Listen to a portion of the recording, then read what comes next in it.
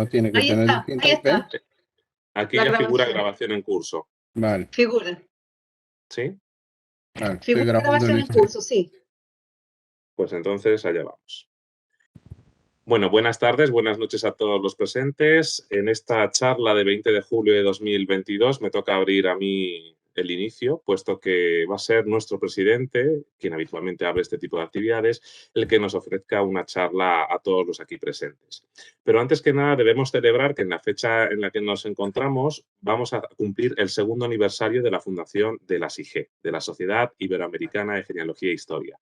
Un hecho que creo que todos los presentes nos congratula porque desde entonces nos une y ha creado un vínculo de conocimiento y de difusión de la genealogía y de la historia que creo que es palpable, ¿no? Y que desde luego desde la Junta Directiva intentamos que sea lo más difundido posible y lo más amplio posible. Dicho lo cual, hay que advertir también que desde nuestra fundación, por aquellos 20 fundadores que dieron vida a la SIGE, hemos ido admitiendo nuevos socios de todos los países iberoamericanos y también de España, y que en algún momento pues había que recalcarlo en alguna de nuestras charlas, ¿no? Y qué mejor ocasión que a partir de ahora sea en nuestros aniversarios cuando demos nombre y apellidos a esas personas que hemos ido recibiendo en el seno de la SIGE. Así que, si me lo permiten, pues vamos a hacer una pequeña enumeración de todos ellos para que se sientan igual de acogidos que nosotros los sentimos. Aparte de los fundadores, que por supuesto constan en nuestra web y que ya todo el mundo conoce, empezaron a entrar con diferentes números de socio. En primer lugar, Andrés Villegas, que fue el primer socio no fundador que entró a nuestra asociación desde Colombia.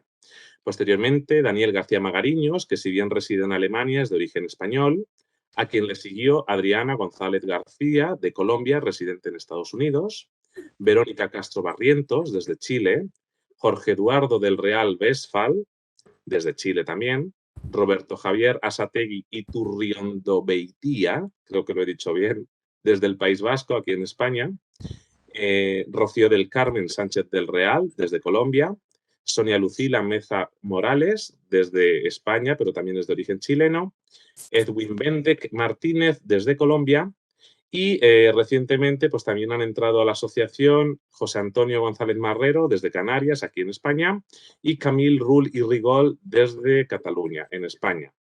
Y tenemos nuestra primera socia correspondiente que ha accedido como socia correspondiente desde Venezuela, que es Rebeca Padrón García. Todos ellos, pues nada, como siempre, bienvenidos a nuestra asociación, donde desde luego pues son parte más, ¿no?, de todo el conglomerado de las personas que conformamos la SIGE. Dicho lo cual, ahora sí me toca presentar a nuestro presidente. Las palabras sobran porque es harto conocido por todos los aquí presentes, pero sí vamos a dar un poquito de salseo, ¿no?, a la biografía de don Mariano Adolfo Vilella Sánchez Viamonte, que, bueno, pues nació en Buenos Aires, es natural de Argentina, pero que desde los 13 años reside en España, ¿no?, en Madrid. Y aquí fue en la Universidad Complutense donde se formó como en biblioteconomía y documentación. Pero además tiene otras pasiones que son de todos conocidas, como la equitación y el tiro con arco. Ambos dos deportes de los que realmente puede presumir porque ha tenido incluso algún galardón en ellos, y ha sido profesor.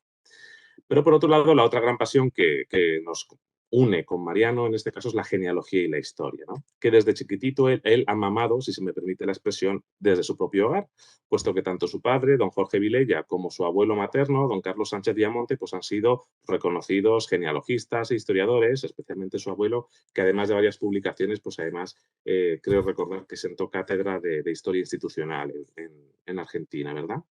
Y desde esa pasión que mamó desde niño, pues evidentemente él ha recogido el testigo y ha conseguido ir sacando nuevas publicaciones en diferentes artículos de investigación y en algún libro, como el que sacó en 2018 titulado Viajes por el Recuerdo, y que además pues, se centra en temas tanto genealógicos como históricos e incluso antropológicos, ¿no? Pues desde genealogías de familias argentinas y de origen español, como por ejemplo los Larrazábal o el Solar de Rozas, como también algunos otros trabajos sobre mozárabes o familias de origen mozárabe en Buenos Aires y otros muchos que desde luego recomiendo a todos los aquí presentes que si tienen un huequito un día pues busquen a través de Google e intenten leerlos porque merecen la pena. Todo ello además se suma a su interés por divulgar la genealogía. Y muestra de ello fue ya la fundación, junto con un grupo de personas interesadas también en esta doctrina, de una revista trimestral llamada Genealogía Familiar y que tuvo bastante éxito y de los cuales además se pueden sacar numerosos artículos muy interesantes sobre genealogía e historia. Pero, sin lugar a dudas, su mayor proyecto es la SIGE, la Sociedad Iberoamericana de Genealogía e Historia, de la cual es presidente desde su fundación y además es promotor, puesto que él fue el que inició esas tertulias genealógicas en el arranque de la pandemia, en las cuales pues, nos fuimos metiendo diferentes personas de diferentes países y finalmente pudimos conformar esta sociedad que hoy es la justificación de que estemos todos aquí. Sin más preámbulo, Mariano, te cedo la palabra, espero no haberme extendido mucho y quedo a la espera y deseoso de ver la charla de vínculos y mayorazgos que nos vas a dar. Adelante. Bueno, pues muchas gracias, Juanjo, por tus palabras, un poco exageradas, pero bueno, bien, de todo lo que has dicho, realmente lo más exagerado ha sido lo de los galardones en el tiro con arco, donde realmente me gusta mucho, pero soy muy malo. Nada, nada, no seas modesto. Así que bueno. Bueno, pues nada, empiezo a ver si puedo compartir la presentación, ¿no? A ver. Vamos a ponerla desde el principio.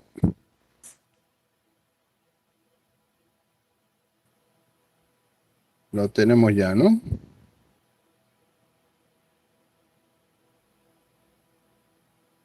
Ya la vemos, gracias, Mariano. Estupendo. Bueno, pues hoy se supone que voy a hablar de vínculos y mayorazgos, pero bueno, antes de empezar, eh, bueno, pues me gustaría contar un poco cómo llego a esto, ¿no? Porque todos los que estamos aquí, pues nos gusta la genealogía, trabajamos en nuestros linajes, bueno, pues vamos haciendo ahí esos entronques, esas tablas genealógicas. Y bueno, y muchas veces cuando tendemos estas ramas de nuestra genealogía, pues en toda la documentación que vamos tratando, pues aparecen otras cosas, ¿no? Otras informaciones relativas a las personas que vamos viendo, a, a- a su espacio, a su sociedad, en fin, a todo lo que es la historia y cómo funcionaba allí en aquella época, en su lugar, en fin. Y bueno, pues trazando nuestras genealogías, pues, ¿se está viendo? Sí, adelante. Sí, Bueno, al final es eso, lo que decía que, bueno, haciendo nuestros trabajos genealógicos, pues surgen otros conocimientos y otros temas sobre los que se puede, en fin, trabajar y sacar algo, ¿no? Entonces, bueno, pues yo me puse a trabajar en todo lo que vamos a ver hoy. Son linajes paternos míos que vienen por mi costado paterno y son todos linajes guipuzcoanos. Entonces, bueno, tenemos los vínculos, todo esto, los vínculos y los mayorazgos. eh, si preguntamos, sobre todo en América, yo creo que no hemos tenido tantos. Yo creo que en el Río de la Plata no ha habido ninguno o casi ninguno, quizás en el norte, en el Alto Perú, algunos, pero más bien pocos. Eh, Si preguntamos hoy día a alguien, ¿no? Sobre todo en América, pienso, ¿qué es un mayorazgo? Pues la gente que, cabo, muchas veces estamos influenciados por las películas, la televisión, las series. Eso es que el mayor lo hereda todo. Y bueno, realmente no es tan así, ¿no? La cuestión es que bueno, pues tenemos mayorazgos ya se establecen en las partidas de Alfonso X, eh, se establece, en fin, el derecho de patronazgo. El patronazgo es el derecho que tenían quien construía las iglesias, digamos. Vamos a ver que están los mayorazgos, los vínculos también están muy relacionados muy vinculados con las testamentarías, con los contratos matrimoniales, también con los patronatos de las iglesias, de las capillas. Y bueno, Alfonso X establece un poco la condición de imponer una inalienabilidad a los bienes raíces, ¿no? Es decir, que no se puedan vender. Eh, También trata el derecho al patronazgo y también menciona, ¿no? Guardar siempre que el señorío sea uno y que no se enajene, o sea, no se venda, ni se reparta. Eh, Sí que en esta época constan varios mayorazgos, ¿no? Que Alfonso X da a los descendientes de Gonzalo Ibáñez de Aguilar sobre las villas de Aguilar y Monturque en Córdoba, para que no se puedan partir entre otros herederos. Alonso Fernández funda el mayorazgo de Cañete en 1325. En el 32, Alfonso XI dona Aguilar de Campo a su hijo para que lo tenga también como un mayorazgo. Y Pedro Ponce de León en 1349 compra Bailén con la facultad de fundar mayorazgo. El mayorazgo y los vínculos lo que establecen es esa que no se puede vender porque realmente el vínculo y el mayorazgo no es propiedad de uno. Si uno tiene un vínculo, un mayorazgo, uno puede obtener las rentas de ese vínculo, de ese mayorazgo, pero no puede disponer de él como un bien más. O sea, no puede venderlo, no puede dejárselo a quien quiera. En fin.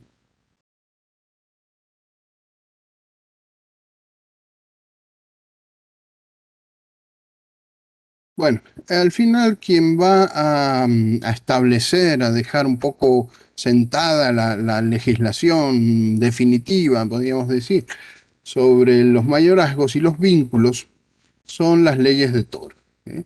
Las leyes de Toro las tenemos aquí a la derecha. Digamos que hacen que se pueda establecer un vínculo sobre el tercio y el quinto de los bienes y que estos vínculos sean para siempre. ¿Mm? El tercio y el quinto de los bienes, digamos que serían la parte de la herencia de libre disposición y de mejora. Mejora de un heredero y de la parte de libre disposición. Un vínculo cualquiera podía establecerlo, digamos, pero un mayorazgo, ahí hay un poco la diferencia, tiene que contar con una licencia del rey, una licencia real. Las leyes de Toro pues confirman esto, que tienen que tener licencia real y no solo la licencia para poder fundar el mayorazgo, sino luego la confirmación de esa fundación.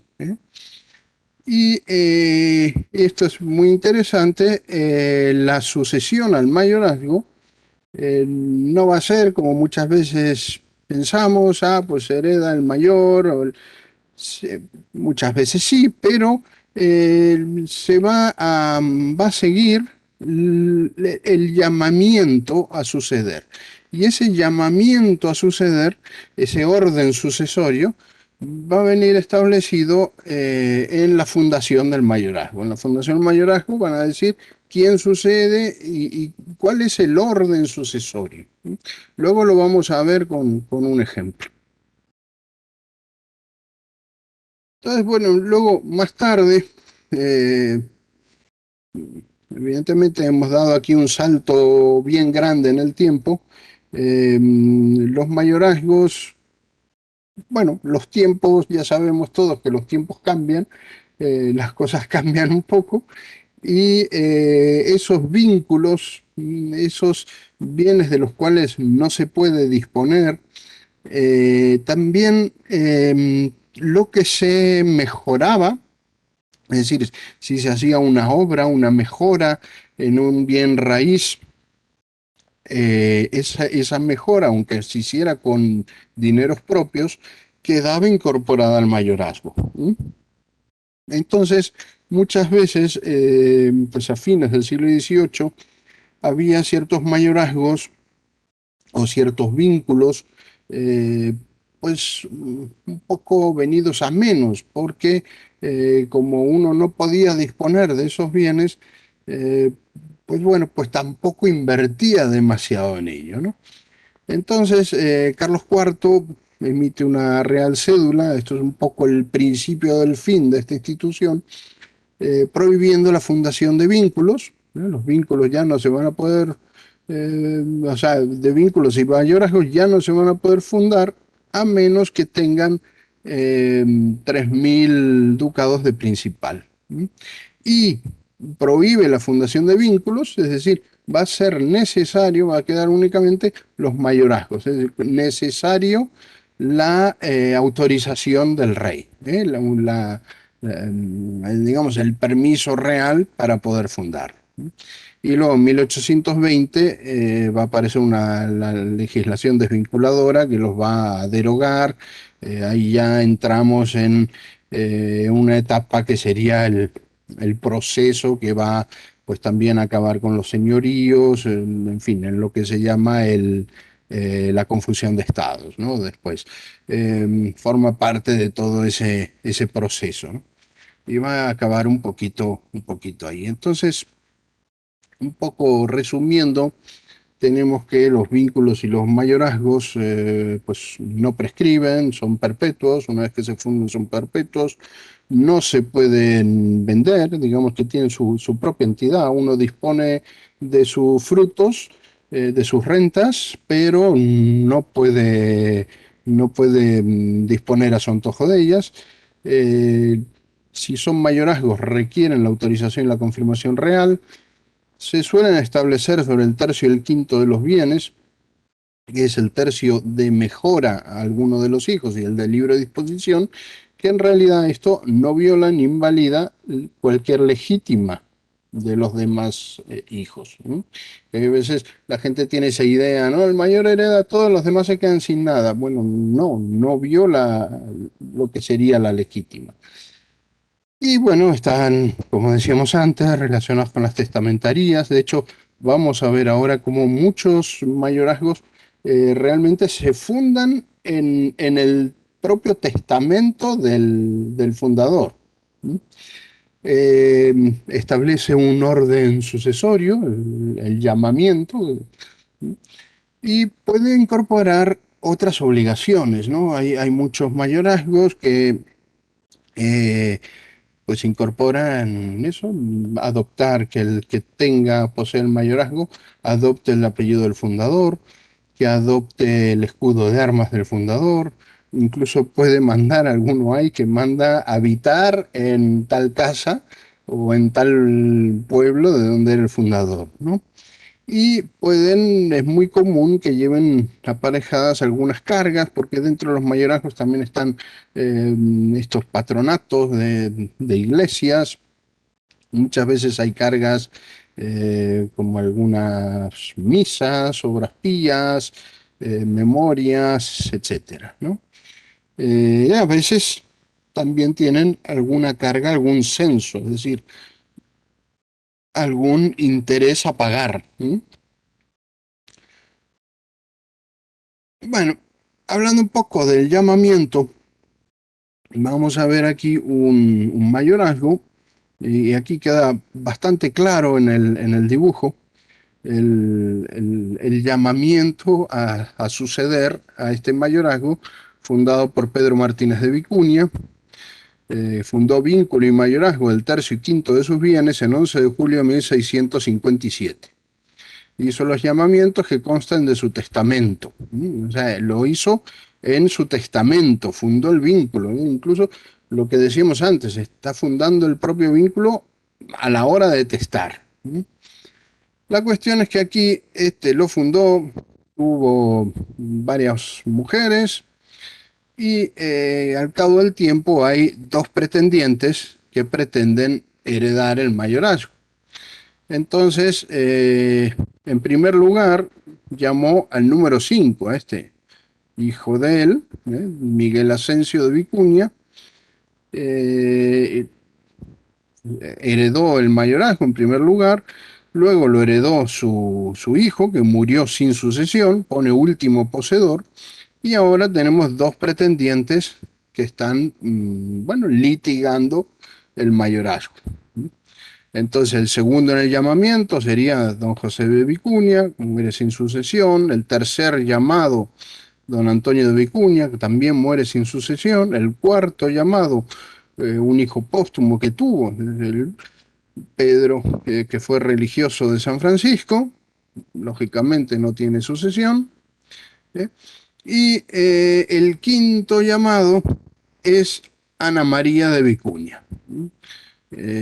Casa con Martín García del Cíbar, y uno de los pretendientes es descendiente de esta Ana María, y el otro es descendiente de un varón, de Juan Bautista de Vicuña, que es hijo de esta mujer, la última mujer del fundador, pero finalmente el mayorazgo lo va a heredar este pretendiente simplemente porque Ana María, a pesar de su mujer, está llamada en quinto lugar. Y en cambio, este desciende de Juan Bautista, que no está en el llamamiento al mayorazgo.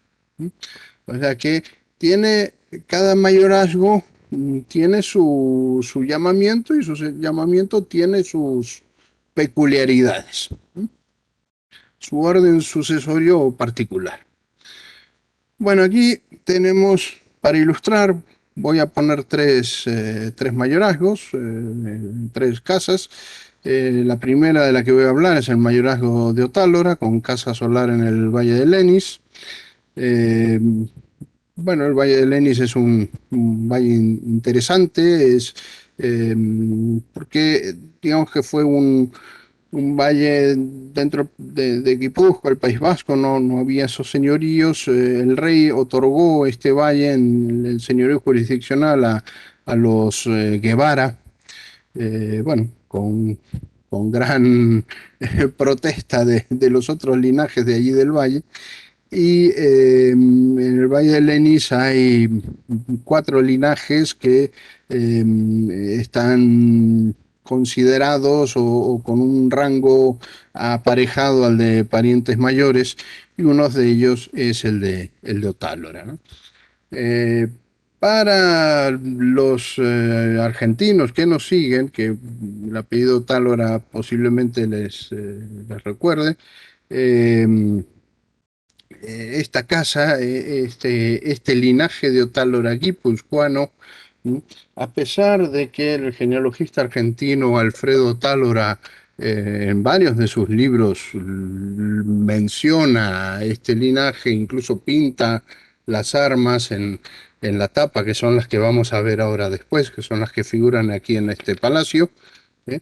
Exactamente las mismas. El linaje de don Gregorio de Otálora, que es al que se refiere el genealogista argentino, no tiene ninguna vinculación con este linaje guipuzcoano que vamos a tratar ahora.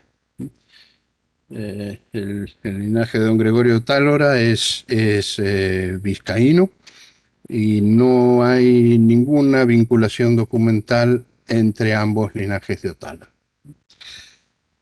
Bueno, en muchos documentos antiguos, aquí vemos la casa torre de Otálora.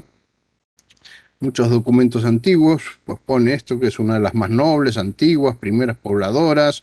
Bueno, no hay memoria de su fundación. En fin, siempre exaltando un poco la antigüedad de los linajes y tal.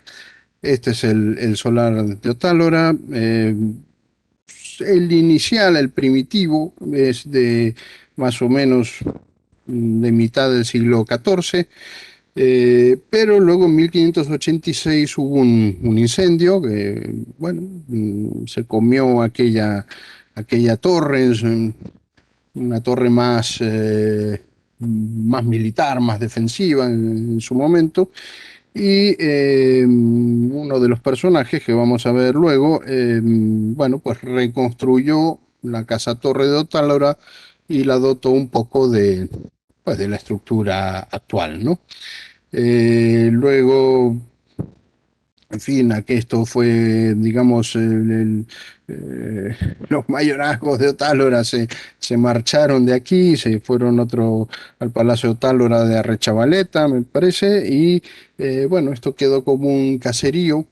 eh, y bueno, sufrió pues un deterioro con el tiempo y en los años 80 la Caja Laboral, la Laboral Cucha, que pertenece a la Corporación Mondragón, es una corporación industrial vasca muy grande, no, tiene proporción 80.000, más o menos 80.000 puestos de trabajo, con numerosas empresas, pues adquirió esta casa, la restauró y la tiene un poco bueno, pues de centro de reuniones, de salones, de conferencias, etcétera. Eh, bueno, este es un poco el solar. Y aquí tenemos bueno, el escudo que hablábamos antes y los que fundaron el mayorazgo de Otálora. Fueron Martín Ruiz de Otálora y Catalina de Galarza. Galarza es otro de los linajes importantes del Valle de Lenis. Eh, Ella, Catalina Galarza, era Galarza y Ayala. Aquí vemos los dos escudos de abajo, son Galarza y Ayala, y Otálora arriba. Fundan ellos el mayorazgo de Otálora sobre la casa que hemos visto, sobre los pertenecidos, o sea, todos los bienes que estaban añadidos a la casa, la capilla de San Miguel en Ausaraza, que es, y la parroquial de en la parroquial, ¿no? En la iglesia de San Bautista, que es la que está ahí en Ausaraza.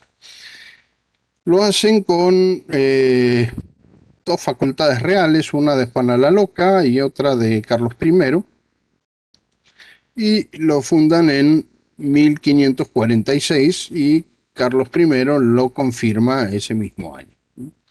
Fundan el mayorazgo y el mayorazgo comprendía no solo la casa y sus tierras colindantes, sino también otros bienes, ¿no? Dos privilegios en la ciudad de Vitoria con 114.000 maravedíes de renta, una capellanía en Miranda de Ebro con 40.000 maravedíes, otro privilegio en Villarcayo sobre las tercias de las 7 merindades de Castilla la Vieja, 150.000 maravedíes, otra capellanía con 15.000 maravedíes, uno sobre la sal de las Salinas de Lenis, con poquito, 6.000 maravedíes, dos privilegios sobre el almojarifazgo mayor de Sevilla, que esto habían venido por una señora de apellido Boorques, que se incorpora por matrimonio, pues 180.000 maravedíes de renta, y la escribanía mayor de las 7 merindades de Castilla, que daba de 80 a 100 ducados de renta. O sea, daba el mayorazgo, tenía unas rentas, bueno, pues considerables, ¿no?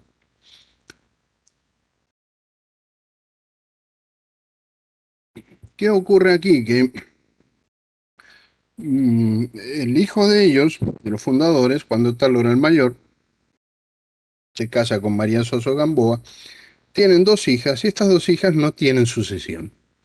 Entonces resuelven refundar el mayorazgo. ¿Y cómo lo refundan? Pues él llama a un sobrino y ella llama a una sobrina. Establecen un contrato matrimonial, 1558, y hacen un nuevo llamamiento al mayorazgo, un nuevo llamamiento sucesorio. Felipe II lo confirma en ese mismo año, en el 58, y bueno, va a heredarlo este otro, Martín Ignacio de Otálora, que fue quien va a reconstruir la casa después del incendio. Y este aquí va a seguir la vía, la herencia de este mayorazgo, ¿no? Sin embargo, este don Martín va a tener un hermano, y este hermano, Pedro de Otálora, se va a casar con doña Simona de Urrupain, señora de Urrupain, y ahora vamos a ver qué pasa aquí con otro de los mayorazgos que tenemos, que también es curioso, que es el de Urrupain. Urrupain proceden de Elgueta.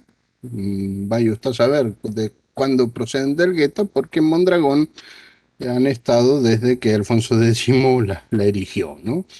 O sea que desde 1260 aparecen estos Urrupain en Mondragón.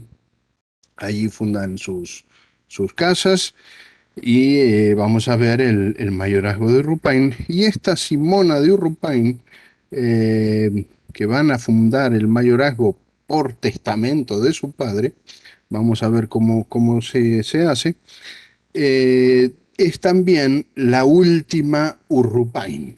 Es decir, el apellido de Urrupain hoy día no lo encontramos. No hay ninguna persona, se extinguió el apellido ahí. Así que me imagino que el señor Urrupain, pues quería, al fundar mayorazgo, también quería perpetuar de alguna manera su apellido, ¿no?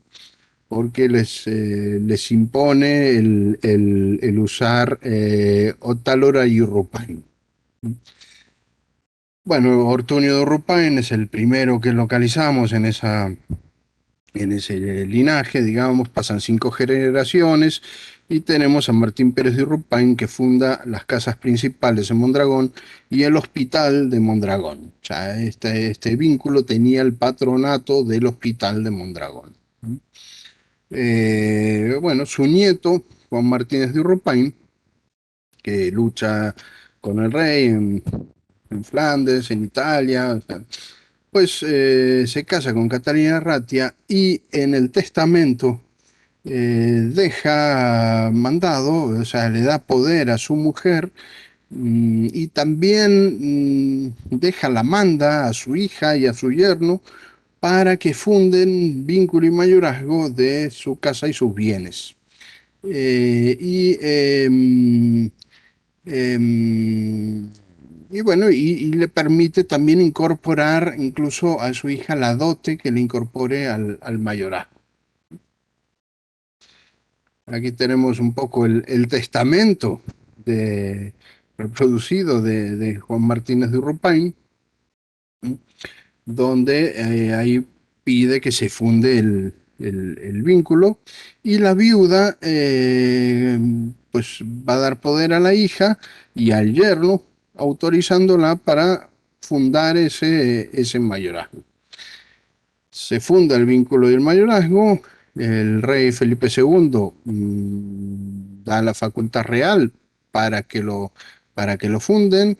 En la facultad real menciona pues que Juan Martínez de Urrupain había luchado allí en Europa, menciona también del abuelo del yerno, de Otálora también, todos los servicios a la corona y que por eso da la facultad real para fundar el mayorazgo. Y esta es interesante porque es parte del testamento, pero da un poco la pauta de la idea, ¿no? que se tenía en el momento del vínculo, de los vínculos y de los mayorazgos, ¿no? Entonces, porque de la división de los bienes resultan grandes inconvenientes y por ella se pierden y destruyen las familias y memorias de las personas nobles y principales, y por el contrario se conservan y perpetúan, quedando enteras y unidas por el medio de la institución de los mayorazgos. Los sucesores de ellos quedan con mayor obligación de servir a Dios y a sus reyes, y de sustentar y alimentar a sus hermanos pobres, y de otras cosas que resultan en gran beneficio de la República. Da un poco la idea que se tenía entonces de la fundación de estos mayorazgos, de mantener unidos los bienes del linaje y que el señor del mayorazgo, bueno, pues tenía también cierta obligación de sustentar y alimentar a los parientes pobres. Y luego tenemos como último ejemplo de mayorazgos, el vínculo de Uncella. A mí me resulta muy curioso este vínculo de Uncella porque es un vínculo eclesiástico. sea, lo disfrutan los sacerdotes. Luego se va a secularizar. Pero, y luego también es un vínculo, es un linaje también de Mondragón, guipuzcoano. Sin embargo, los bienes vinculados van a estar en Galicia. Bueno, aquí tenemos dos hermanos, Martín Ibáñez Uncella, vecino de Mondragón, 1461, y María Martínez de Uncella, que se casa con Martín Fernández del Mercado. De aquí, de Martín, de él, van a salir esta línea, digamos, familiar, esta rama de la familia, del linaje, en la que va a estar el vínculo y el mayorazgo de Uncella, y de María Martínez de Uncella, que se casa con Mercado, pues salgo yo, digamos. Bueno, estos que habíamos hablado tienen un hijo, que es Juan de Mondragón, eh, y es maestra escuela de la Catedral de Tuy y canónigo de la de Santiago. Muere en 1540 y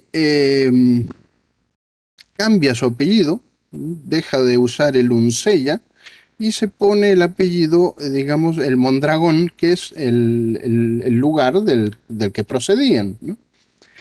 Este va a crear, va a fundar un vínculo y un patronazgo de un patronato de una capilla que está en la Catedral de Santiago, está dentro de la Catedral de Santiago.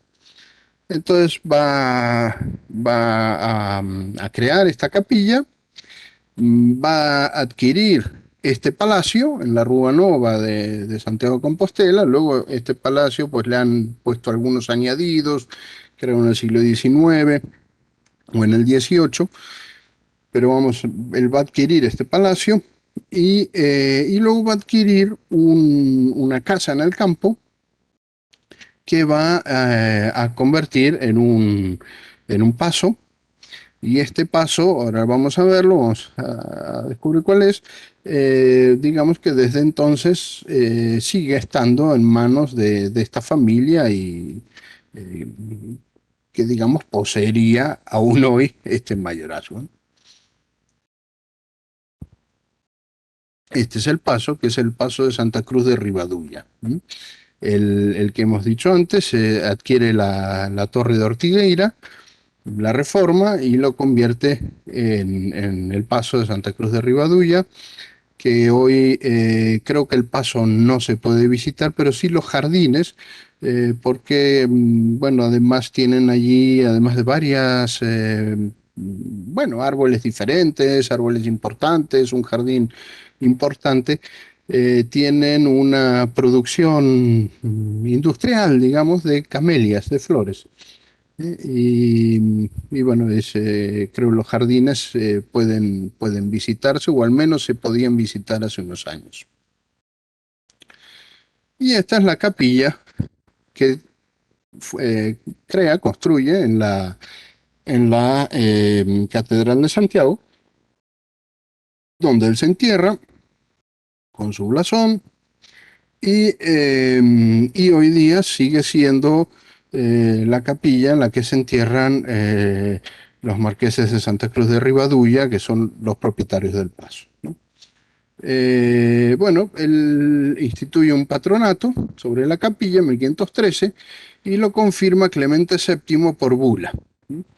Y bueno, pues funda la capilla a su costa, con gran gasto de su hacienda, la enriqueció de muchos bienes muebles y raíces, instituyendo en ella 6 capellanes, un sacristán clérigo, 2 acólitos y otros ministros. Es decir, le pone un montón de sacerdotes a vivir también de los réditos de la capilla, ¿no? Evidentemente, para sufragios por... Uy, aquí dice que va a finalizar en 5 minutos. Desde luego voy a asesinar a los de Webex.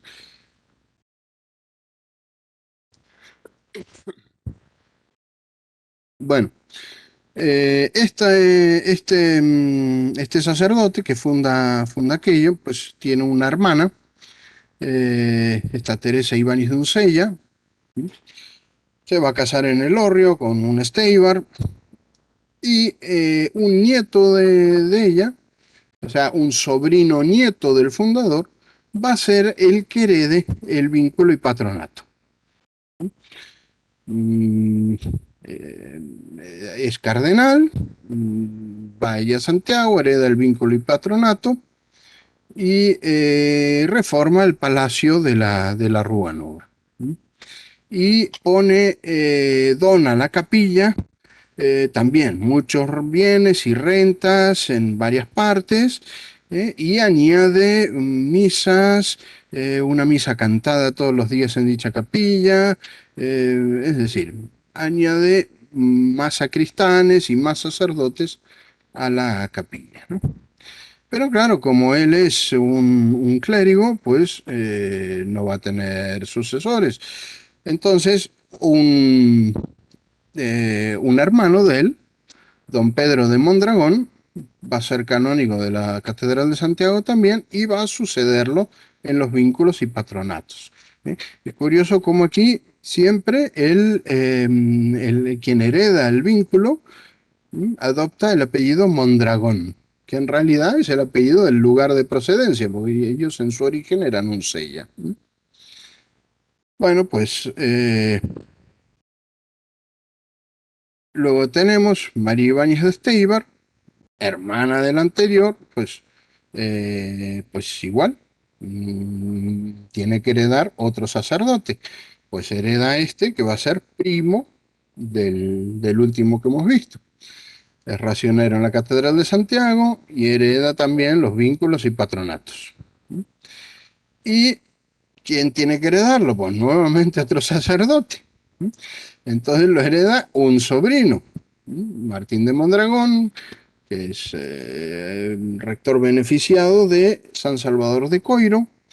En esta iglesia San Salvador de Coiro vamos a encontrar también un escudo de este linaje de Uncella. Suceden los vínculos y patronatos y nuevamente va a heredar Mateo de Mondragón, que es un hermano. ¿Qué sucede a partir de aquí? Pues que ya después de varias generaciones que han heredado los sacerdotes, ya se va a secularizar. Me parece que esto se me va a acabar el tiempo.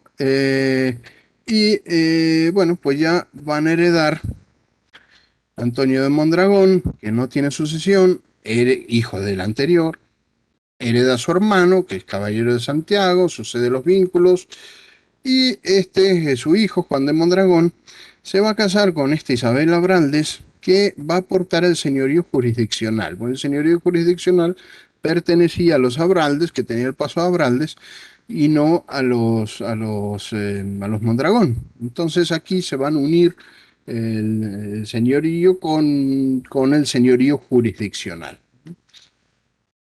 Luego va a heredar don Juan de Mondragón nuevamente, y su hijo Andrés va a ser creado primer marqués de Santa Cruz de Ribadumia. A través de este título, digamos, va a seguir esta sucesión hasta hoy, en que los descendientes siguen teniendo el paso de Santa Cruz de Ribadumia y el enterramiento ahí en la capilla de la catedral. Y bueno, hasta aquí llega un poco mi exposición, simplemente una pequeña visión sobre vínculos y mayorazgos. Y para terminar, como hay muchos americanos aquí, pues pongo este ombú, que es un árbol típico de las pampas, que en realidad tampoco es un árbol, sino una hierba gigante, ¿eh? que es uno de los árboles curiosos que existen ahí en el paso de Santa Cruz de Ribadumia. Así que bueno, hasta aquí. Hola, buenas, ¿qué tal, Jorge? Hoy aquí estoy con don Isidro Vázquez de Acuña y García del Postigo al lado mío. No sé si algunos lo conocen de ustedes. Bienvenidos. Los sobrevivientes. Estoy en su casa. Muy bienvenido, sí. Tengo el gusto de conocerlo personalmente. Bienvenidos. Así que Mariano, ahí están los dos juntos, ¿no? No los había visto. ¿Qué Sí, tal? tampoco. Qué bien, Isidoro fue, Jorge, que nos has invitado. gracias. Isidoro fue presidente del Instituto Chileno, mi antecesor en el cargo, así que me pareció que ustedes algunos no lo conocían, así que me creo útil haberlo traído a este Zoom, ¿no? Me parece que soy el miembro del instituto de este y de otros más antiguo, Sí, de los sobrevivientes. desde el año 1955 que es miembro del Instituto Chileno, así que la misma edad que yo tengo. Como buen descendiente de gallegos, ¿ah? Y de centroeuropeos también, soy de lo más porfiado. Espero seguir produciendo, eso es lo principal, cosas novedosas, porque nunca se termina de conocer y de poder ampliar los conocimientos y repartirlos. Nada, encantados de tenerte aquí. Muchas gracias. Mariano, y te queríamos felicitar por la conferencia, estuvo muy interesante y ilustrativa y muy bien presentada. Bueno, muchas gracias. Yo lamento los, en fin, altercados que hemos tenido. Bueno, espero que ya queden solucionados para las próximas semanas. Seguro que sí. Bueno, bienvenido, don Isidoro, y por muchas veces, como decimos en España. Así que cuando usted quiera, esta casa está abierta para usted. Bueno, para todos los presentes. Espero poder ir a España en el próximo abril, mayo, no sé, o quizá a fin de año, pero pues está el mundo todo desenchufado. Fantástico. Intentaremos organizar un encuentro. Sí, también aprovecho, Mariano, para felicitarte y para darte las gracias por tu excelente charla, porque además ha estado cargada de datos pese a los cortes ocasionales, ¿verdad? Y desde luego, es un mundo que tú controlas mucho, ¿no? El de los mayorazgos y el de los vínculos, porque además pues te toca de lleno y tienes mucha documentación al respecto. Y creo que es muy ilustrativo porque además has explicado cuál es la diferencia, ¿verdad?, entre vínculo y mayorazgo, ¿no? Siempre con ese reconocimiento por parte del monarca, del mayorazgo.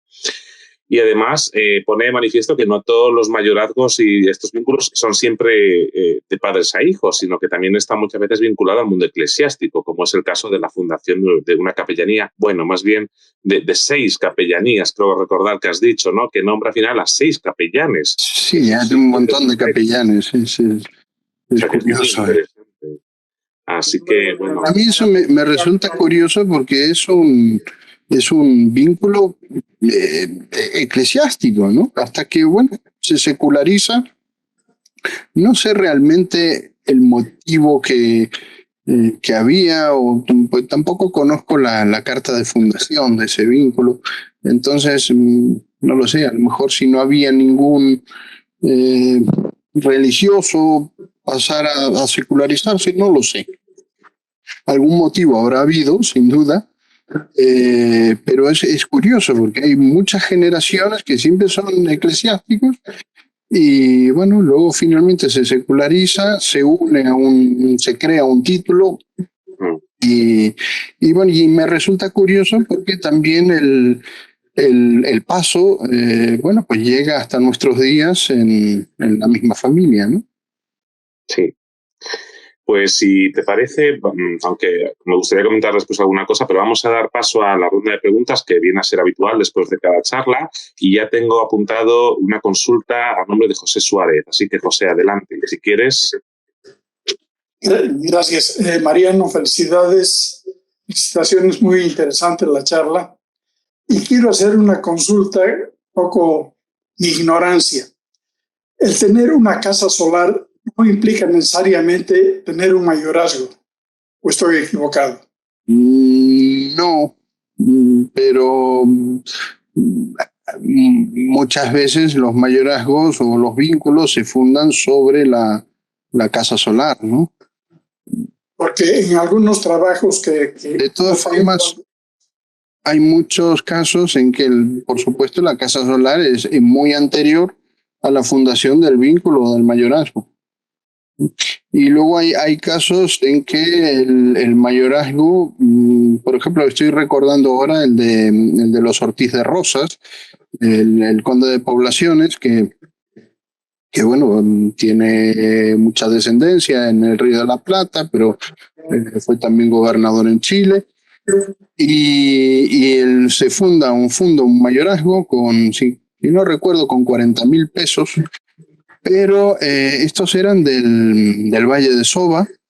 Él tenía una casa solar en el Valle de Soba, que aún está, una casa muy bonita, muy bien tenida está además. Pero él, en vez de fundar ese mayorazgo, de invertir esos 40.000 pesos que evidentemente seguramente obtuvo en América, ¿no?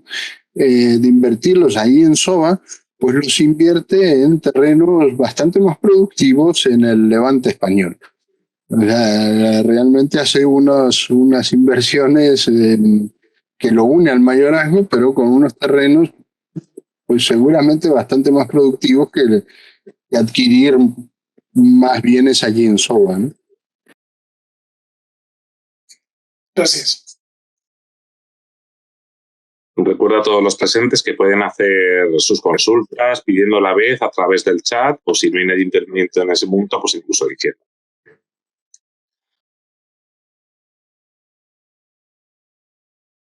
Adelante, Andrés, tienes la palabra. Gracias, Juanjo. Felicitarte primero que todo, Mariano, por una exposición tan maravillosa, a pesar de los saltibajos tecnológicos, pero creo que una muy buena hilación de todo lo que nos has querido contar, que ha sido una maravilla. Quería contarles a todos que uno de los mayorazgos más representativos que hubo acá en Colombia, antes de que fuéramos obviamente Colombia, éramos la Gran Colombia, fue la del mayorazgo de los herederos del Marqués de San Jorge.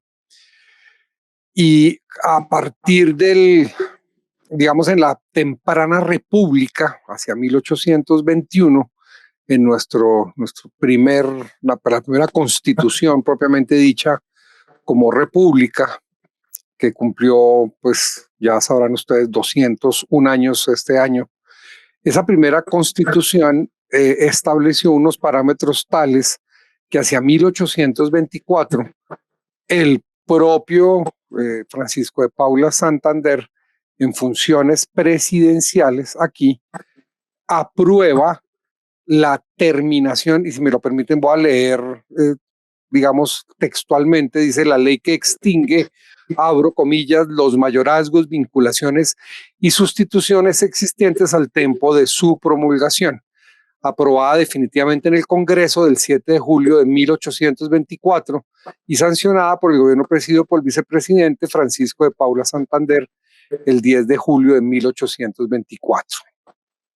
Y lo que estableció, que también me va a permitirme leerles para que tengan, digamos, ustedes una idea de qué fue lo que se pensó acá, es que, bueno, no tengo el texto aquí a la mano tan rápido, pero bueno, se los puedo contar, digamos, más es de memoria, que es un caso que yo he estado estudiando mucho.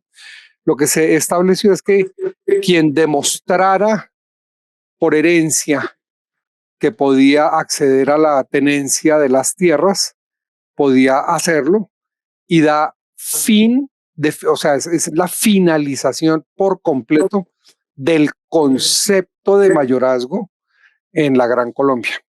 Entonces es un tema bastante interesante porque como mecanismo castellano fue muy empleado, y digamos que fue una manera de herencia de las tierras para poderlas mantener en una unidad.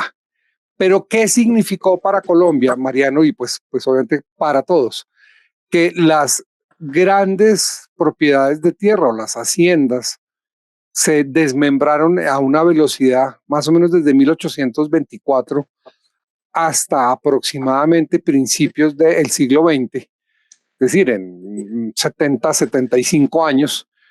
Ustedes no se imaginan un mayorazgo que en su máxima extensión acá en Colombia alcanzó a tener 44.000 hectáreas aproximadamente alrededor de Bogotá. Eso es el doble del tamaño actual de Bogotá, como una idea. Y que en su extensión más primitiva y más pequeña fue alrededor de unas 22.000 hectáreas. Se atomizó y se convirtió en una cantidad de pequeñísimas tierras. El debate que hay acá en la historiografía, acá en Colombia, es si fue bueno o si no fue tan bueno el haber terminado con la figura de los mayorazgos. Esa era mi pregunta para ti, Mariano. Tú que conoces tanto sobre el tema, ¿tú crees que fue buena o fue mala idea, digamos, haber terminado con la idea de lo que inicialmente significaron los mayorazgos? Gracias. Pues no sé, decir si algo fue bueno o malo, pues no lo sé, fue así, ¿no? Esa es la historia.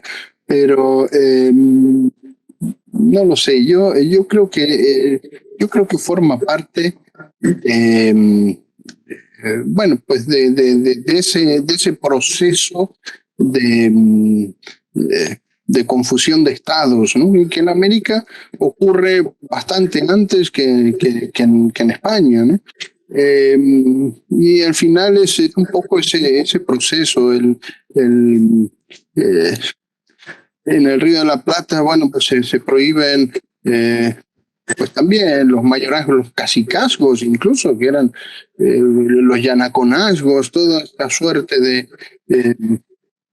bueno, pues de institución, pero propia de los indígenas americanos, ¿no? De los indios. Bueno, yo creo que es parte de ese proceso, ¿no? Luego no es lo mismo tampoco lo que tú mencionas allí en Colombia o en el Perú, bueno, que yo que tengo un linaje totalmente rioplatense en el Río de la Plata, es que no había mayorazgos. Y bueno, heredaban todos los descendientes, porque no había ninguno que heredara ese mayor, porque no había. Sí que ha habido gente que ha poseído algún mayorazgo en España y que estaban por allí y con descendientes, pero no mayorazgos creados allí, ¿no? Dentro de lo que era el Virreinato del Río de la Plata, alguno hubo, creo que más bien tirando a pocos, en el Alto Perú, ¿no? Creo que el Marquesado de Yavi y algunos otros más. Pero lo que es Río de la Plata, la zona, no la extensión del virreinato, es que no había. Entonces, no lo sé, eso también depende de las zonas. Luego, incluso en Castilla, por eso yo mencionaba esa idea que tenemos a veces de las series, ¿no? Yo recuerdo una serie de un lord inglés que solo tenía hijas y hasta el final estaba muy preocupado porque el primo, que era el primo desconocido que iba a heredar todo, pues se casara con la hija mayor para que aquello quedara un poco en su descendencia. Pues, esa figura tampoco la teníamos en Castilla, es decir, de hecho, los vínculos se fundan el tercio y el quinto, es decir, el tercio de mejora que sigue existiendo hoy día. En España sigue existiendo ese tercio de mejora, uno puede mejorar a uno de sus hijos, al menos en la zona central, en lo que era Castilla antes. Y el quinto, que es los bienes de libre disposición, o sea, no alteraba la legítima de los demás hijos. No era un disponer o sea, no tocaba la legítima de los demás hijos. Sí que había zonas donde se podía disponer, es decir, en el País Vasco se podía, digamos, desheredar a a un descendiente, heredándolo con una yugada de tierra en lo más recóndito que tenemos. Se ve eso muchas veces en algunos testamentos. En Navarra creo que era también con 5 sueldos carlines y una yugada de tierra en los montes comunales. Bueno, y luego Cataluña tiene Aragón, Cataluña tiene bueno, otro tipo de legítima, con esa figura del hereu, pero también con una legítima mayor, no una legítima, sino una mejora mayor, ¿no? Pero digamos que esa fundación no violaba la legítima de los herederos. Y luego se acaba un poco, pues por eso, como uno no podía disponer de aquello, pues tampoco lo mantenía en buenas condiciones, sobre todo algunos vínculos, porque aquí hablamos de mayorazgos, siempre pintamos la casa solariega, las rentas elevadas. Pero bueno, había muchos vínculos. El otro día estábamos viendo con Juanjo en el taller, estábamos viendo un vínculo que tenía una finca más bien, que estaba cargada, tenía una carga de unas misas.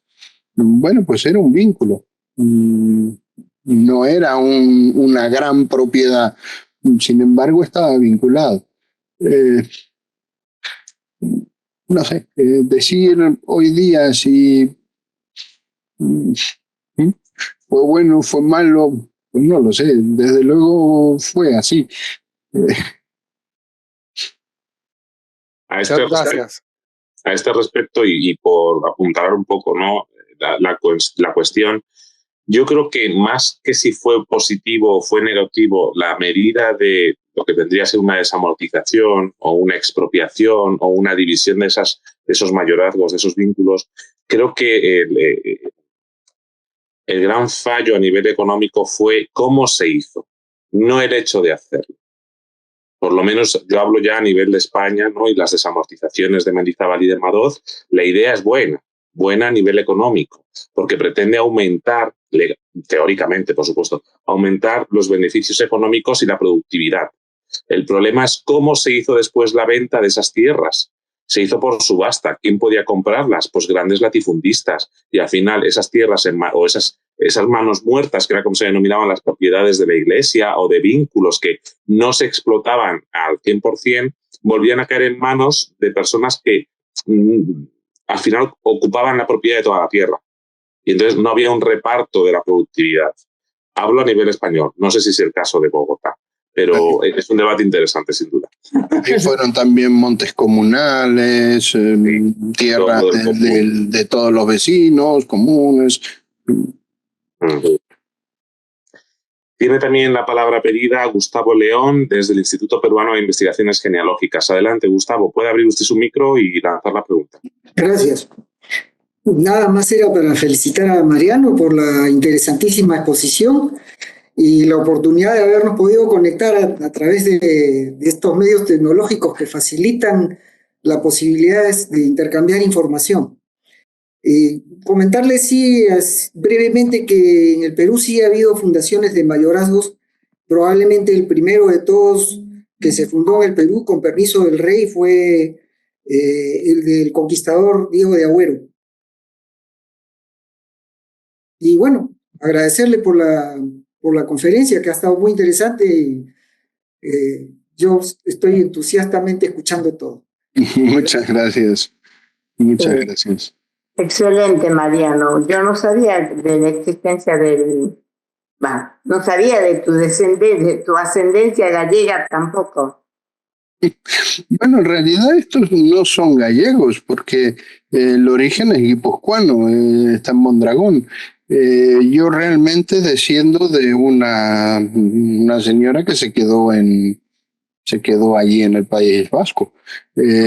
No, pero tengo ascendencia gallega por otras ramas, eso sí, pero no por esta. De hecho, todo lo que he mencionado hoy son todos linajes guipuzcoanos.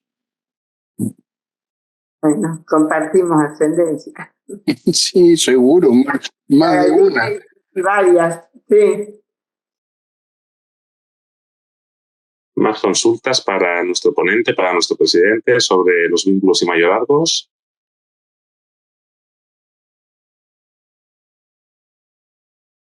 Pues hay unos comentarios y preguntas en el chat. Adelante, hazlas de viva voz, Jaime. Yo preguntaba que si en Galicia no fue más estricto esto de que los hijos mayores sí heredaban todo y luego los demás hermanos tuvieron que entrar al sacerdocio o ir con el ejército. Otra persona puso sí o hacer a las Américas. Yo no lo sé. Una persona anteriormente puso algo acerca de Asturias. Sí, pero son comentarios del chat. Vamos a ver la cuestión de Galicia. No sé si Mariano puede responder eso. No sé las peculiaridades de todas las regiones, pero me imagino que le correspondería también las leyes de toro y la misma legislación. O sea, no creo que haya habido mucha diferencia. Quizás alguna peculiaridad local, pero en general no lo creo. Yo me hace dudar, no me atrevo tampoco a decirlo. Yo diría que está sujeto a las leyes de toro y a las partidas alfonsinas, pero... Yo creo, no sé si hay alguna otra legislación específica para... Pero vamos, se puede consultar y lo podemos ver. Pero también en ciertos años se puede ver que fue más grande la inmigración gallega, por ejemplo, a Cuba, a Venezuela. Pero la migración gallega, esas grandes migraciones son muy posteriores. Aquí estamos hablando que esta institución de los vínculos se acaba en 1820. Las grandes migraciones pues son a partir de 1880, ¿no? O sea, es verdad que desde Galicia ha habido muchas migraciones anteriores al siglo XX, no solo a América, sino a otras regiones de España, pero también es verdad que en un sistema minifundista como es Galicia, es decir, que las parcelas de tierra son muy pequeñas y por ende no son muy productivas como tierra en sí, sino son productivas cuando uno tiene muchas. Entonces había bastante migración por cuestiones económicas.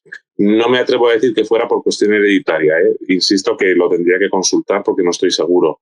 Me sorprendería que fuera porque los hijos no tienen derecho a esa legítima, pero puede ser, no lo sé. Yo incluso como una anécdota, yo he oído algún gallego ahora decirme, no, en Galicia hay una ley no escrita, el hijo mayor hereda todo. Digo, sí, ya, pues vete a contárselo al juez, que te dejen sin herencia y cuéntaselo al juez, a ver qué te dice.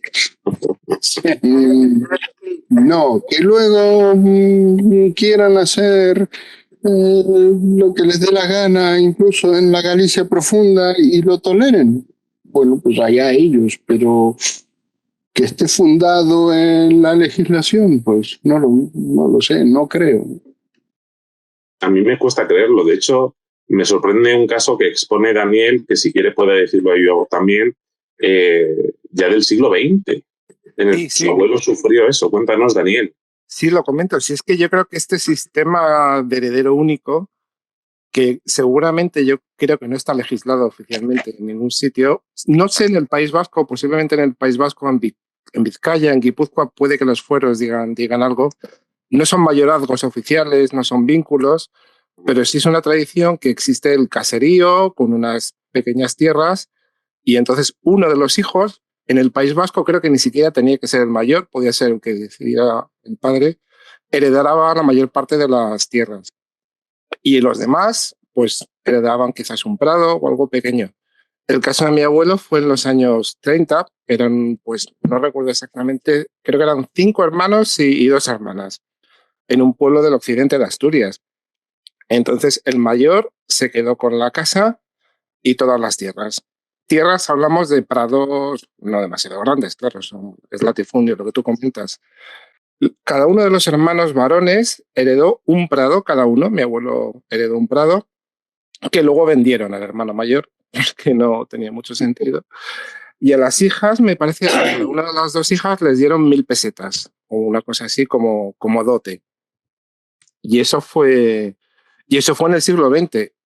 ¿Basado en leyes? No, seguramente porque en el siglo XX ya estaba el Código Civil y las herencias oficiales. ¿Tradición existente y aceptada? Sí, realmente fue así. Y Claro, sí. sospecho que en Galicia debía existir una tradición parecida. A ver, realmente, aún hoy, tú puedes dejar una parte importante a uno de tus hijos, es decir, le toca la legítima, le puedes dejar el tercio de mejora, actualmente en la ley española actual, y puedes dejarle también el tercio de libre disposición. Es decir, Claro. si tienes 2 hijos, pues puedes tener uno que herede un 66% y la mitad de otro 33%. Es decir, es una cantidad enorme, casi no le has dejado nada al otro. Pero bueno, estarías dentro de las particiones que te permite la ley, sin tocar la legítima del otro heredero, ¿no? Aquí, ya digo, esto es al margen de la ley, no creo ni que estuviera oficializado en notarías. Y luego tenían otras contraprestaciones en el sentido que los hijos, hasta que se casaran, podían quedarse en casa del hermano mayor, tenían ese derecho, y luego pues siempre podían ir allí cuando iban de visita. Y eso. Interesante eso. Habrá que buscar más datos sobre eso. A ver si hay alguna investigación que lo analice. Seguro. Veo que han solicitado la palabra también Elizabeth Campos. Adelante, te abro micrófono, Elizabeth, ya lo tienes abierto. Ok, gracias. No, bueno, quería agradecerle a Mariano porque ha sido muy instructivo, pero a mí no, dado que el rey tenía que dar el visto bueno tanto para mayorazgos como para los vínculos, ¿cuál es la diferencia entre el vínculo y el mayorazgo? El vínculo no requiere de autorización real. No. De hecho, los vínculos muchas veces se crean con pocos bienes. Normalmente los mayorazgos, además hablamos de familias hidalgas. El vínculo, pues cualquiera podría crearlo, ¿no? No, creí entender en algún momento que el vínculo también requería el vínculo permiso. Gracias, sí. Gracias, Elizabeth. Le damos la palabra ahora a José Alberto. Adelante, José Alberto, te abro el micro. Pues mira, siguiendo el hilo de Galicia, os cuento actualmente, caso real, porque es la familia de mi mujer. El que hereda allí es el varón, estoy hablando de una Galicia profunda, hereda el varón, no es necesario que sea el mayor, en este caso es el pequeño, y tiene la obligación de mantener a sus 2 hermanas hasta que sean independientes porque ya tienen matrimonio, ¿no? Y salen de casa. Pero él ha heredado todo. Es verdad que por ley, pues no, pero sigue siendo la tradición, ¿eh? Así, en esta zona de Lugo es así. Hereda el varón. Bueno, a mí quien me contó esto era también de Lugo profundo, como dices tú. Yo creo que este era de ahí de Afonsagrada, o sea, Lugo pegando con Asturias. Y bueno, puede ser una costumbre local, pero desde luego como una de esas hermanas diga yo no estoy de acuerdo y vaya al juez, pues aquello no va a ser así. Partes iguales, claro. Eso está claro. Ahora, que lo toleran, bueno, pues allá ella. Y luego lo que decías tú de los montes. La familia tiene derecho a un monte digamos, en explotación. En el momento que tú no explotes, digamos, la familia no explote ese monte, pasa a pertenecer a todos los miembros, digamos, del pueblo. Y esto, pues claro, dejaron ya de tener allí ganado en el monte y tal, y actualmente es del pueblo. Una cosa rarísima, o sea. Pero igual y eso yo no sé cómo estará regulado, no lo sé. Igual eran montes comunales. Yo no sé muy bien eso. Por ejemplo, en Cantabria, muchas veces te hablan de esta finca, sí, no, pero aquella es de canon. Dice, es de canon. El canon es como que tú pagas un alquiler al pueblo, porque la finca debe ser del pueblo y tú pagas ese alquiler, pero digamos que se la has comprado al que tenía antes el canon. Lo que pasa es que es como que compras el usufructo, pero no la propiedad. Por supuesto, el canon es nada. Pero sí, yo me imagino, no sé decirlo exactamente, me imagino que esto proceda pues de esos bienes comunes pues del municipio, del ayuntamiento, pues de tiempos inmemoriales. Eso me recuerda, y de hecho en Castilla, lo que pasa es que yo creo que eso desapareció con las desamortizaciones. En Castilla, antes del siglo XIX, dentro de los terrenos comunales estaban los terrenos alijariegos, que no sé si alguna vez os habréis cruzado con esa palabra terrible, que yo hasta que averigué lo que era alijar. El alijar es un terreno comunal, pero que pertenece a una familia en derecho de uso.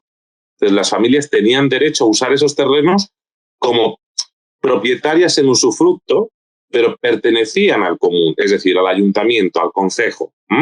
Y esas tierras, lo que no sé es si ocurre igual que lo que nos comenta José Alberto, que en el caso de no usarse, recuperaba la propiedad absoluta al concejo. En Castilla se autoproclamaban propietarios de esas tierras alijares o alijariegas y las usaban y las traspasaban a sus hijos. Lo que pasa que yo creo que con las desamortizaciones, es decir, cuando se expropian todos estos bienes del común, de los ayuntamientos, esas tierras pasan a subasta, lo cual supuso un quebranto muy importante en muchas zonas, porque gente que no tenía propiedades suyas de legal, no tenía ahora tierras que usar aunque fueran del común. No tenía pastos donde llevar a su ganado, porque ya no eran del común, sino del particular que las había comprado en subasta. Y eso supuso una crisis económica en Castilla, por lo menos, en el 19. Uy, ¿cómo nos hemos metido en este jardín? Pues como hacemos siempre, Juanjo. Sí, ¿verdad? Más preguntas sobre vínculos y mayorazgos para Mariano Vilella.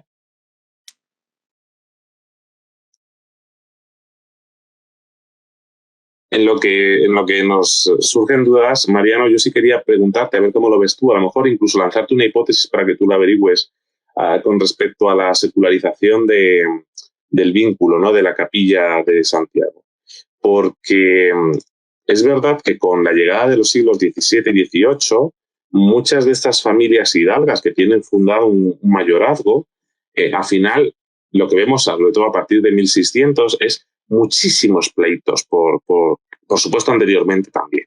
Pero a partir del 16 y de 1600, perdón, a partir del 17, vemos que hay muchísima lucha intestina por candidatos a ocupar uno u otro mayorazgo dentro de una misma familia, y es básicamente porque estas familias que en origen habían sido familias militares, en el sentido de hidalgos de armas, pasan a ser hidalgos de administración, es decir, se hacen cargo de puestos de república, entiéndase, pues regidurías, puestos de corregidores, por supuesto, procuradores. Entonces, estas familias empiezan a verse con una economía mucho más mermada y con menos poder económico y tienden a intentar pillar cacho de estos mayorazgos, sea de la forma que sea. Y a lo mejor parece más interesante que la familia intentase recuperar, digamos, para sus propios herederos los vínculos que se habían creado para beneficio de la Iglesia, como este. No sé si es una posibilidad. Quizás puede ser, no lo sé en este caso concreto. Lo que sí es cierto es que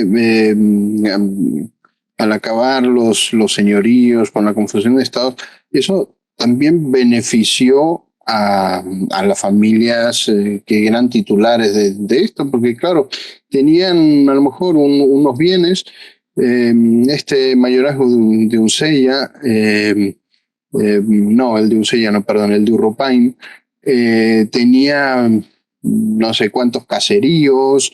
Al final en estos caseríos pues vivía otra familia o un pariente lejano pobre, al final el descendiente del pariente pobre de 5 generaciones atrás, que pagaba poco y nada por la renta de este caserío, ¿no?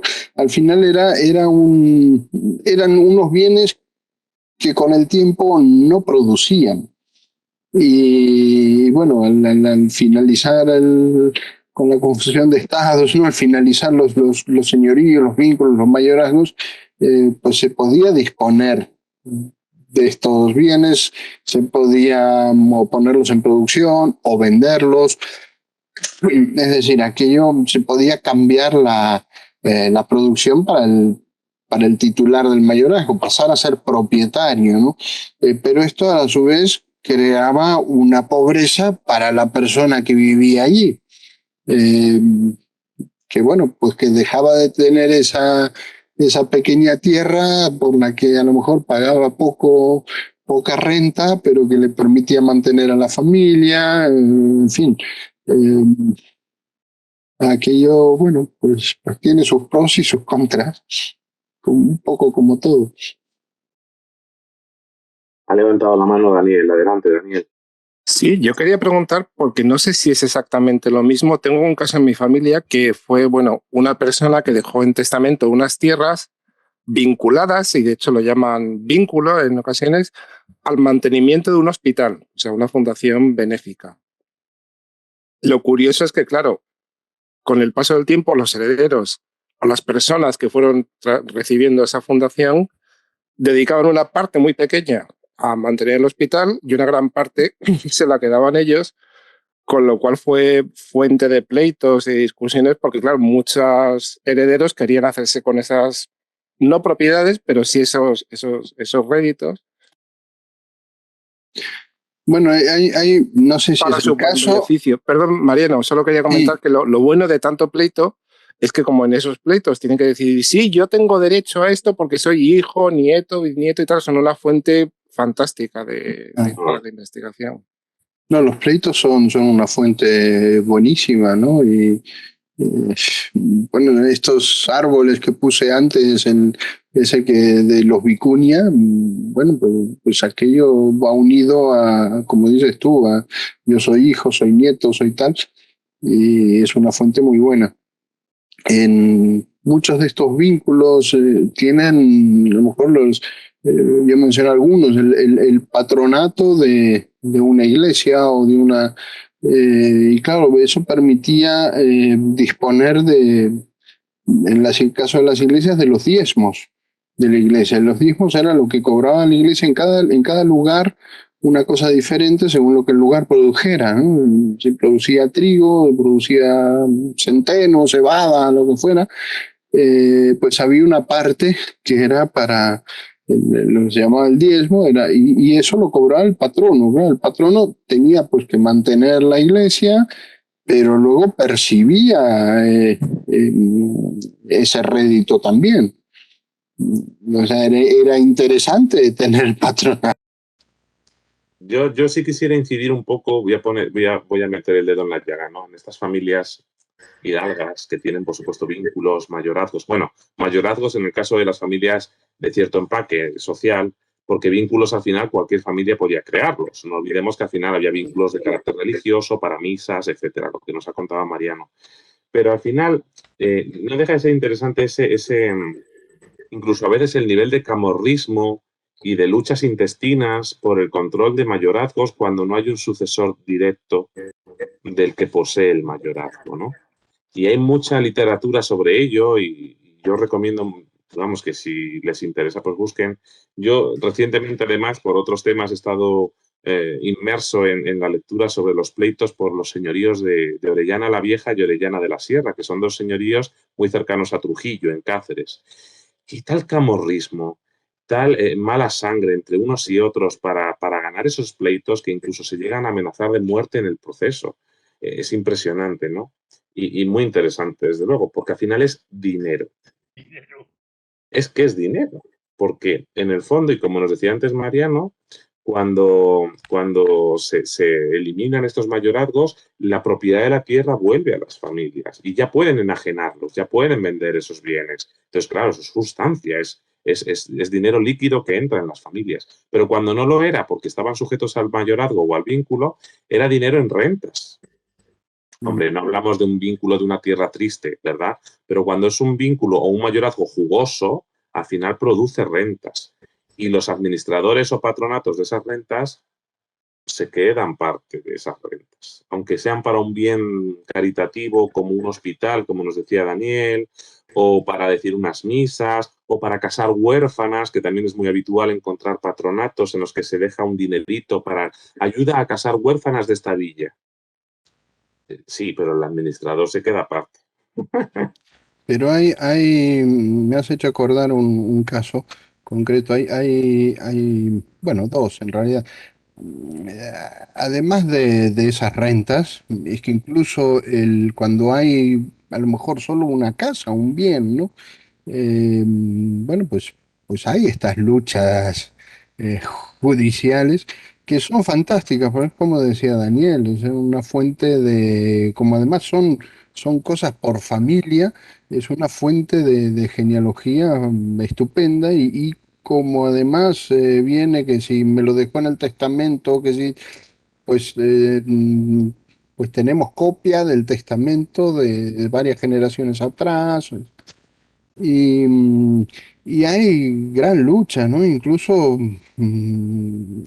yendo en contra de lo que llega a decir el testador, ¿no? Yo me estaba acordando en el caso del fundador de Montevideo, de Bruno Mauricio Zavala. Él tenía un mayorazgo en Durango, la casa sigue estando. Me imagino que aquello tendría, como llamaban los pertenecidos, ¿no? Tendría otras cosas. Y Zavala le deja, hace testamento en el Río de la Plata y le deja su mayorazgo a sus hijos nacidos en el Río de la Plata, que evidentemente eran hijos naturales, porque uno se había casado. También tenía, no sé si una o dos hijas naturales en Durango. Una estaba en un convento, la otra no sé. La cuestión es que él en su testamento le deja su mayorazgo a sus hijos, pero nunca lo van a disfrutar. Es decir, porque luego aparecen los descendientes de otra rama mucho más alejada, pero legítima, que apelan a a la legislación foral y que como legítimos tienen más derecho que los otros que son ilegítimos, y bueno, y acaban quedando ellos con la posesión de este mayorazgo. Ese es un tema que sé que está ahí y tengo pendiente el profundizarlo un poco más. Muchas veces todos coincidieran, yo creo, conmigo, nos falta tiempo para abordar todas las cosas que podemos ver o podemos tener, ¿no? 7 vidas nos faltan. Ah, sí, sería.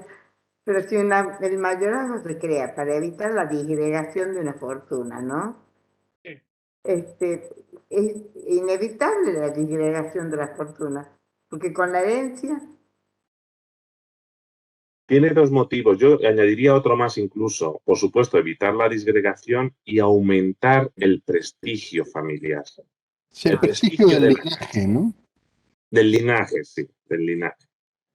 Pues por ejemplo, los Vicuña, y encabezados por el mayorazgo que se crea.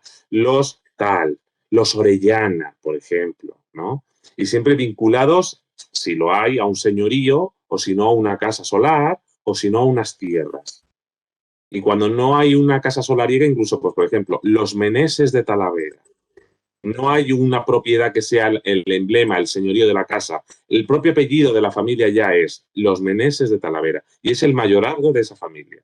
Entonces, ese prestigio del linaje de la casa va vinculado, por supuesto, a no disgregar la riqueza o parte de los bienes que están vinculados a esa familia, a ese linaje. Sí, yo creo que es un todo. Eso es Claro. un pasteleo social importante. Así es. No sé si alguien más tiene alguna duda para lanzársela a Mariano. Me parece que señorío tenía otro significado por los años 1500, algo así. Bueno, durante la conquista de Centroamérica, aquí tengo, dice el señorío de Cuscatlán.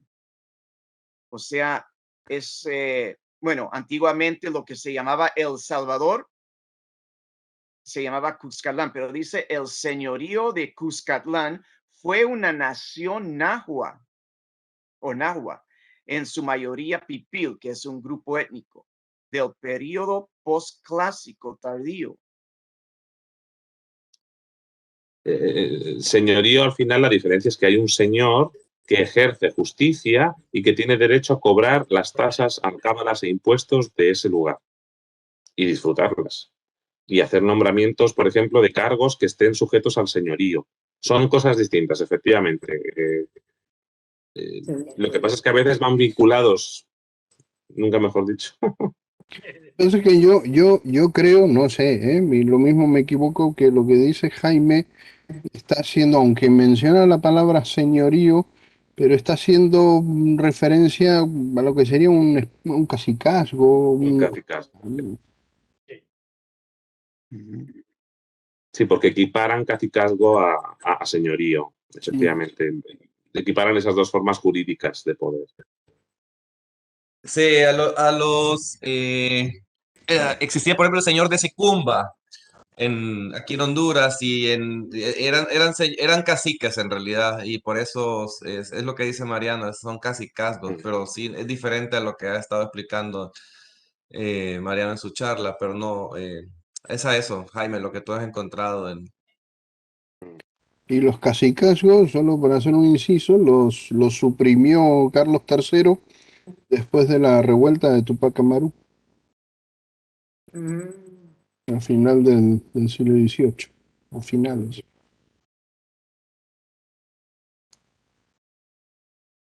Más cositas sobre vínculos, mayorazgos, señoríos, capellanías, cacicazgos. No, su A señoría. mí me gustaría hacer un aporte. Adelante, Verónica. Felicitaciones a Mariano, como siempre, excelente, fantástico, una nueva visión para quienes estamos aprendiendo. Bueno, mi aporte es cuando tú nombraste los marquesados de Yavi, también llamado de Tojo. Sí. O sea que se dice de las dos maneras. Y la otra cosa que en Chile hablamos de la cuarta libre mejora y cuarta libre de exposición. O sea que aquí nos achicaron un poquito el tercio. Bueno, es que luego las legítimas y eso, pues, claro, con las legislaciones modernas, pues van cambiando, ¿no? Claro, pero qué increíble que eso nace de aquella época. O sea, cuando tú lo dijiste, leyes de toro, yo dije, pero por Dios, tantos años que existe fantástico. Increíble, ¿no? Sí, desde luego. Eso sí. Y que al final es una herencia que se lanza a América. O sea, desde Castilla, sería lo correcto, no decir de España, sino desde Castilla, todo el sistema legislativo se trasvasa más allá del Atlántico y se instaura allí, claro. Por supuesto, luego se va modificando, sobre todo a partir de las independencias, ¿no? Pero sí, es Y se conservan, ¿ah? Pero lo que aquí por lo menos se está dando bastante es que en la medida que las personas están vivas y reparten sus bienes, no existe esa repartición de los herederos. Entonces, de repente, hay muchas personas que prefieren repartir cosas en vida, entonces benefician mucho más o mucho menos a unos que a otros. El beneficio intervivos. Pero hasta dónde se pueda, depende de las leyes, ¿no? Entonces una vez que fallece dicen, no dejó bienes. Es el marquesado del Valle de Tojo, yo creo, tampoco sé mucho, esto Fernández Campero, ¿verdad? Yo creo que la denominación del título, es un título que está caduco ya, creo que era del Valle de Tojo. Y ya vi, si no recuerdo mal, no, esto a lo mejor estoy diciendo un disparate, era el nombre de la propiedad, de la finca, De creo. la localidad. Y entonces, pues ahí se confundían y al final se usaba indistintamente uno u otro, pero creo que el título oficial, la denominación oficial era del Valle de Tojo. Claro, y justamente por eso, ¿te acuerdas en la charla que se dio en alguna vez de los Bellán? El último fue Vicente del Sol, el marqués de Valle de Tojo, el último. Que ese es uno. ¿Cómo? Que ese es yo no sé si es casi el único, bueno, no, el único no es, pero es uno de los poquísimos títulos del Río de la Plata. Claro. Es el condado de Buenos Aires, de Liniers y poco más. Creo que hay algo marquesado de Orán o algo así, pero Hay no sé mucho. uno de Larraín. Pero la raíz era en Chile. En Chile, sí. Claro, pero no es Río de la Plata. En el Río de la Plata Claro. creo que son esos tres. Y no sé Bueno, si, muy escasos. o sea, muy poquito, muy poquito. Y mayorazgos, pero igual esto, lo que es la zona del Río de la Plata, no ya el virreinato, lo que es la zona, porque ya vi, esto es el Alto Perú, es el actual Bolivia, en el Río de la Plata, Buenos Aires, Montevideo, títulos, solamente el condado de Buenos Aires que le dieron a Liniers con la reconquista de las invasiones inglesas, y mayorazgos que yo recuerde ahora mismo, ninguno. O sea, no sé si hubo alguno que se fundara algún mayorazgo. Creo que sí hubo solicitud de licencia, pero no recuerdo que se haya llegado a fundar ninguno. A diferencia de otras, bueno, pues como Chile o Perú o México. Pero fueron muy escasos.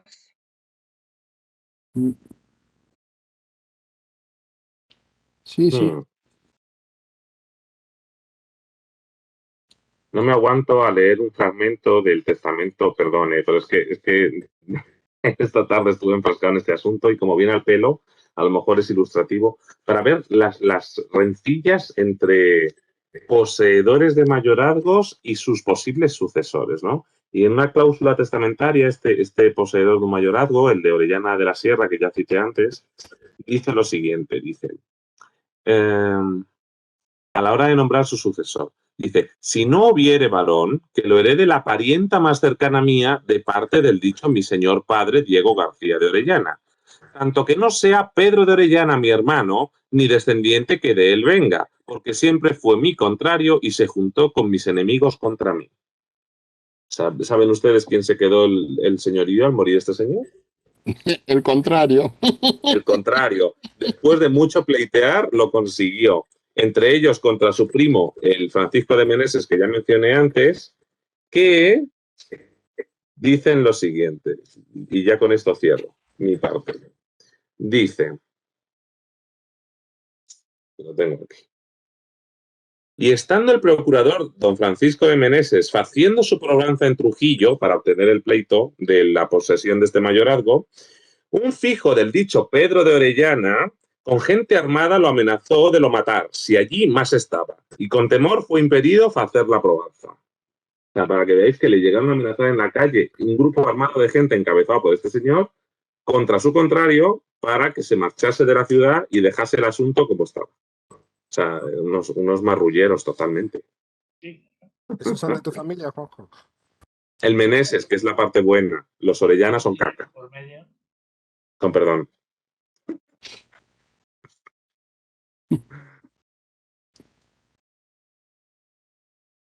¿Alguna otra cosita sobre mayorazgos, vínculos? Aquí nos acercamos ya a las 12, Mariano. Y yo tengo acá el mayorazgo de Huazán que nombraba, que mencionaba, fundado a mediados del siglo XVIII en la gobernación del Tucumán, Claro. en el interior, en Argentina. Bueno, es el Eh, mayorazgo de Huazán, el que yo mencionaba recién en el chat. claro, eso ya es el Tucumán. Pertenece a Pero Catamarca. debe ser de los pocos, ¿eh? Porque Sí, no habrá alguno más, quizás, pero pocos, ¿no? sí, sí. Y en el Tucumán, ya no es el Río de la Plata, no es Buenos Aires, No, no, claro. Montevideo. Por Acá eso en digo Buenos Aires, Montevideo, creo que no hay ninguno. O sea, a lo mejor sí, pero sí creo recordar petición de licencia para fundarlos, pero que se llegaran a fundar, creo que no.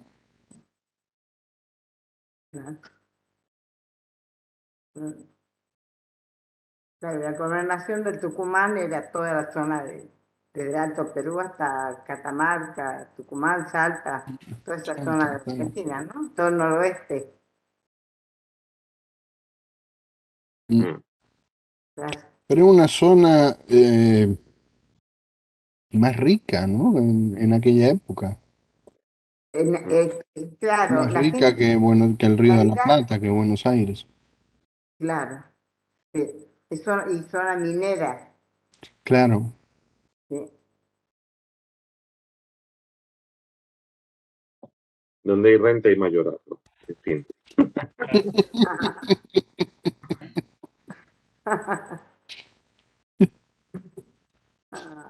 Pues si nadie más Muy tiene alguna... interesante el tema de los mayorazgos. A mí me encantó el tema. Sí, bueno, me alegro. Sí, Es un tema que tiene por norma siempre mucha chicha documental y donde hay mucha chicha documental pues da pie a la charla, ¿no? Y averiguar más sobre estas fundaciones. A mí lo que me resulta interesante es cómo uno, bueno, pues traza sus ascendencias, ¿no? Al final uno busca a sus abuelos, bisabuelos, tatarabuelos, y va encontrando toda una serie de cosas que se van uniendo, ¿no? sí, es cierto. Muy interesante a veces y también muchas veces muy sorprendente, ¿no? Y apasionante es, ¿no?